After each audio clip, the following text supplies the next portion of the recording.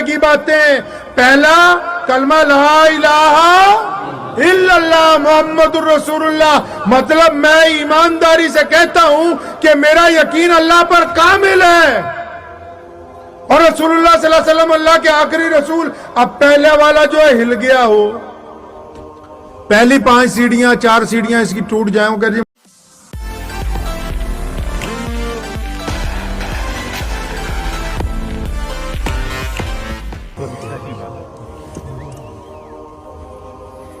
میں باغپت گیا. کل بھی میں نے پٹیالہ میں ایک قصہ سنایا، آپ بھی سن لو. رات کو بہت سارے لوگ فرصت میں ہوتے ہیں. کسی کی شادی میں گیا تھا، وہاں سے نکلا، آج سے 2-3 سال پہلے کی بات بتاتا ہوں. وہاں سے جب نکلا، مجھے جانا تھا سہارنپور بیہٹ روڈ پہ بھی ایک اور شادی تھی، وہاں بھی جانا ضروری تھا. تو ظہر کی نماز جس مسجد میں پڑھی ہے تو یہ شرم کی بات، لیکن میں نے اب یہ فیصلہ کیا کہ جب تک اس مریض کو یہ نہیں نہ بتاؤں گا کہ مرض کیا لگا ہوا ہے تجھے، ان کا علاج نہیں ہونا. جب تک اولاد کے گناہ پہ پردے ڈالتے رہو گے، ان کو اس نے سدھرنا نہیں ہے. تو راستے میں ایک جگہ نماز کے لیے رکا، میری اہلیہ بچے سب ساتھ میں تھے. تو ان اہلکاروں کو جو ساتھ میں، ان کو دیکھ کے نا بہت سارے لوگ اکٹھے ہو گئے. تو ان کو پتہ لگا کہ پنجاب کے شاہی امام صاحب کا بیٹا آیا ہوا ہے یہاں. اس وقت میں امام نہیں بنا ہوا تھا، والد صاحب زندہ تھے رحمت اللہ علیہ، میں اس ذمہ داری پہ نہیں تھا. تو کئی 20-25 لوگ اکٹھے ہو گئے. میں مسجد کا نام بھی نہیں بتاتا تمہیں، ہائی وے پہ ہے، شاملی روڈ پہ. اور مجھے کہنے لگا جی حضرت جی کچھ بتا جاؤ، جو ہمارے ہاں کا رواج ہے کہ جی حضرت جی آئے پائے، یہ لیٹ ہی ہو جائے رات کو، بس ہمارے گھر آ جاؤ. اجی کہتے حضرت کچھ بتا جاؤ. میں کہا بتا دیتے ہیں، ہمارا کام یہی بتانا ہی ہے، اللہ نے ہمیں پیدا اس لیے کیا ہے. تو اندر بیٹھ کے انہوں نے سوچا 2-4 تسبیحاں بتائے گا، کوئی ایسا نسخہ بتا دے گا، بس جا کے پھونک مارنی ہے، گھر میں دولت آنے لگے گی. تو میں نے ان سے پوچھا، میں کہ اس تندے خانے میں ابھی میں گیا تھا، بے انتہا گندا ہے، اس میں ہزاروں بیڑیوں کے ٹکڑے پڑے ہوئے ہیں، یہ سرکار نے کہا ہے اتر پردیش کی کہ مسجد میں گند ڈال کے رکھو.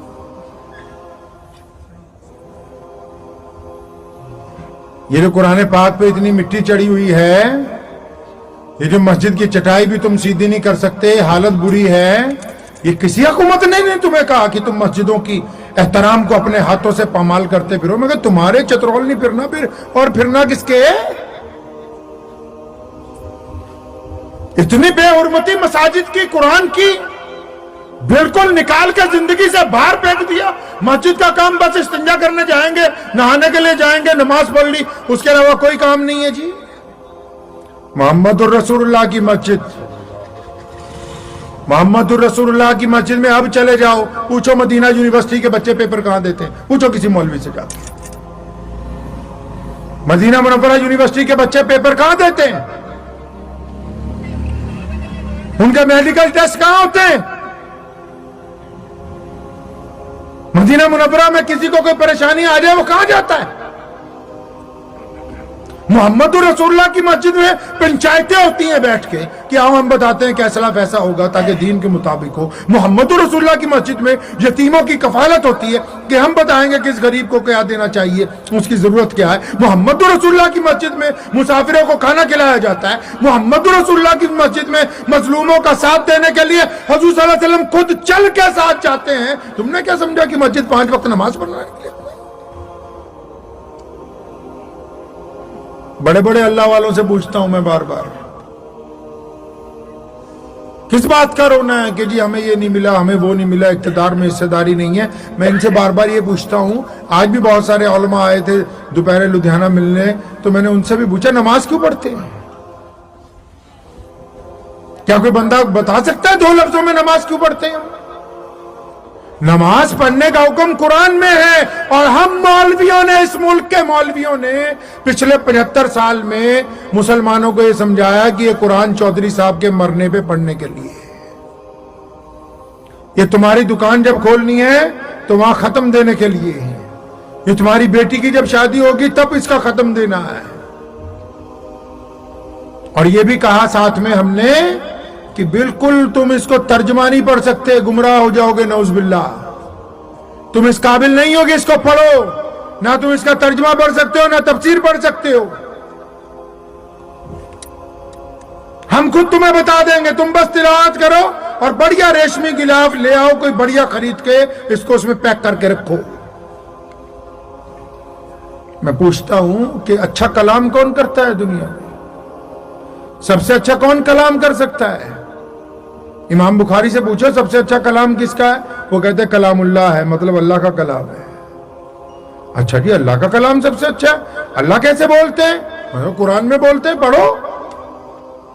اوہو، اچھا یہ وہ والا قرآن ہے جو ہم نے بند کر کے رکھا ہے. مجھے بتا دو، اچھے اچھے مولوی کو بتاؤ کتنوں نے قرآن پاک کی تفسیر پڑھی؟ کتنی مسجدیں ایسی جہاں قرآن پاک کی تفسیر ہوتی؟ تو اس کو بند کرو، تاکہ اگر یہ کھل گئی پھر تو سارا سسٹم بند ہے، بس ختم ہے معاملہ ہمارا بھی. پھر یہ ٹھیک ہے، گلے میں پھونک ڈلواؤ، سر پہ ہم سے ہاتھ پھراؤ، الحمدللہ تم بھی اپنے گھر ہو، جاپا بھی اپنے گھر. وہ بھی کی کرن، تسی 2500 روپے مہینہ مولوی نو دینا ہے. اگلا کہندا ٹھیک ہے، ہفتے کے بعد ایک چودھری مر جائے، کچھ نہ کچھ 10-15 ہزار آتا ہے. ان کو گھی اصلی چاہیے، دودھ اصلی چاہیے، کپڑا برانڈڈ چاہیے، مولوی اچھا نہیں چاہیے. ناظرہ ہی پکڑ لاؤ، بس نماز پڑھا دے، اینکر 20,000 تنخواہ دے دیں گے، نہیں جان نہ نکل جائے گی ان کی. تو جتنا گڑ ڈالو گے اتنا میٹھا ہو. پھر روتے پھر رہے جی ہماری سرکار نہیں سن رہی. سرکار تو تب سنے گی نا جب تم مدینے والی سرکار کی سنو گے.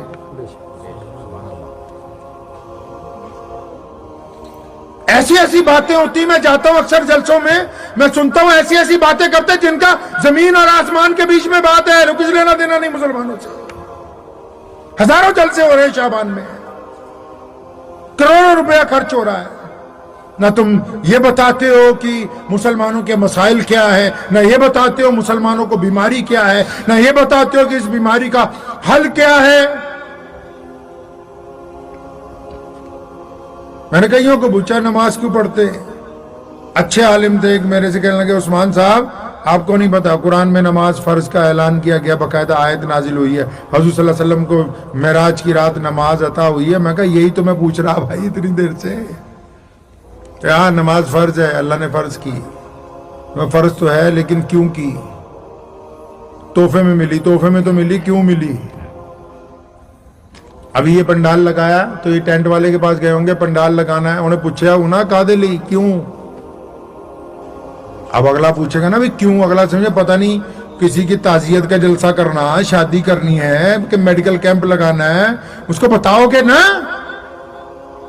ارے پوچھے گا نہیں پوچھے گا سامان دینے والا. تو میں آپ سے پوچھتا ہوں اچھے اچھے لوگ بیٹھے ہیں نماز پڑھتے ہیں، ساری دنیا بھی سن رہی، کمنٹ میں ہی بتا دو نماز کیوں پڑھتے ہیں؟ کیوں کا جواب ہے نہیں. اب کیوں کس نے جواب دینا تھا؟ کیوں کا کلام تو اللہ نے کیا ہے ہر جگہ. فرمایا ہم نے نماز تم پر اس لیے فرض کی ہے تاکہ تم متقی بن جاؤ. اے سمجھی جان دے پتہ نہیں نماز اس لیے پڑھ دے پے ہیں کہ بس جنہ پیسہ اللہ کو منگی آئی جائے گی، منڈے منگی منڈے آئی جائیں، کوٹھی منگے کوٹھی آئی جائے. پتہ ہی نہیں نماز پڑھ دے کی. اللہ نے فرمایا نماز اس لیے فرض کی ہے تاکہ تم متقی. اب متقی کس کو کہتے ہو جی؟ متقی کہتے ہیں نیک آدمی کو. نیک کیسا ہوتا ہے؟ ایسا نہیں ہوتا نیک جس کے واٹس ایپ پہ فیس بک پہ 10,000 متر ہوں اور ماں باپ کے ساتھ اس کی سلام دعا نہ ہو. آپ نیک کس کو کہتے ہو جی؟ آپ کے نزدیک کیا کریٹیریا نیک ہونے کا؟ جس کی زیادہ کوٹھی اچھی ہے وہ نیک ہے، جو جھوپڑی میں اپنے ماں باپ کے پیر دھوتا ہے روزانہ وہ نیک ہے. کس کو نیک کہتے ہو؟ بار بار بتاتے ہو کہ وضو میں اتنے فرائض ہیں، نماز میں اتنے فرائض ہیں. ان کو یہ کون بتائے گا کہ ماں باپ کو گالی دے کے آنے والے کی نماز نہیں ہوتی؟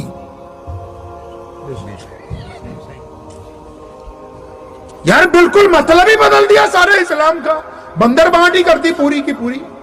پھر روتے پھر رہے ہیں کہ ہماری کوئی سن نہیں رہا. ارے ہم نے اللہ کی سننی چھوڑ دی.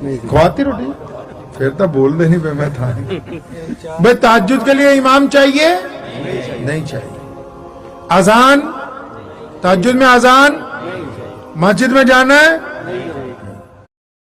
مسجد میں جانا ہے یہ تو مانتے ہو کہ تہجد ان پانچوں نمازوں سے زیادہ بڑی ہے نا پھر ان پانچوں کے لیے اتنا بڑا سسٹم کیا لگا ہے